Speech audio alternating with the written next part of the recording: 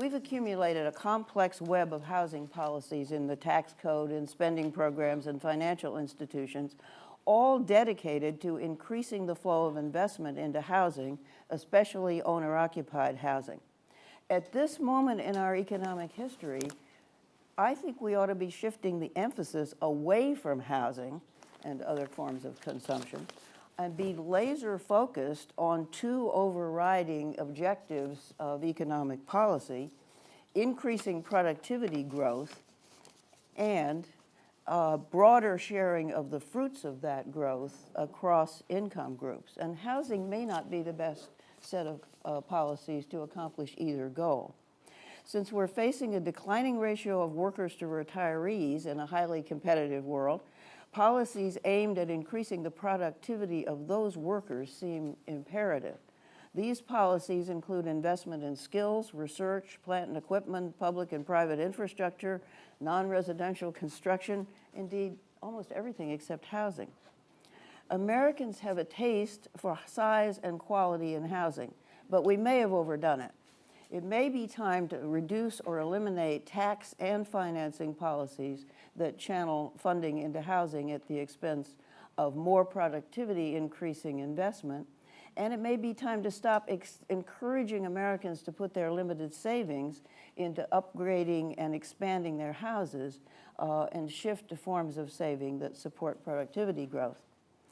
The equally important goal of economic policy should be reversing the trend to income and wealth inequality and encouraging broader sharing of the fruits of productivity growth. But here again, policies to subsidize housing for low-income people may be less effective in increasing their opportunities than income and wage supplements, incentives to build financial assets, investment in their skills, health care, child care, access to jobs. Pressure from the housing industry may have led us into overestimating housing as a tool for redressing income disparities. The argument on the other side, of course, is that helping low-income groups get ahead does not have broad support, so making common cause with the housing industry, even if it doesn't result in the most efficient policies, is a lot better than nothing at all. The mortgage interest deduction is a particularly counterproductive policy in the light of current economic priorities. As part of a broader tax reform, and I was tempted to ask the Secretary about this, we should phase out the mortgage interest deduction over time in favor of a limited mortgage interest credit at the lowest bracket rate available without respect to itemization. This would shift a reduced subsidy to low and moderate income homeowners. But the focus of this session is on housing finance, and particularly on the role of the GSEs. To determine the desirable future role of the GSEs, it's not necessary to answer the question of exactly how much they contributed to the bubble and the crisis. They certainly contributed something by purchasing subprime mortgages and adding to the demand at the later stages of the boom, a demand already flowing from private sources.